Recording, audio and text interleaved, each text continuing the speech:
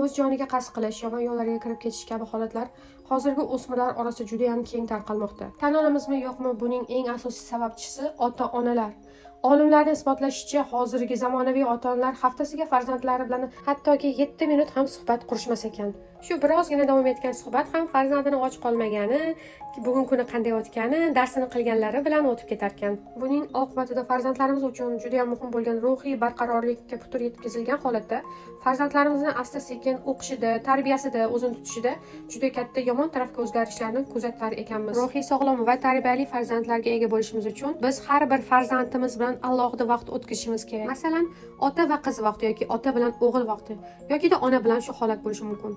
Bu vaqt davomida farzandingizni bir o'zini ko'chaga olib chiqasiz sayrga, misol uchun, va hech qanday xaridlarga bormaysiz, biror bir kafe, restoranda o'tirmaysiz. Shunchaki bir muzqaymoqni puliga bergan holatda qizingiz yoki o'g'lingiz bilan sayr qilishingiz mumkin.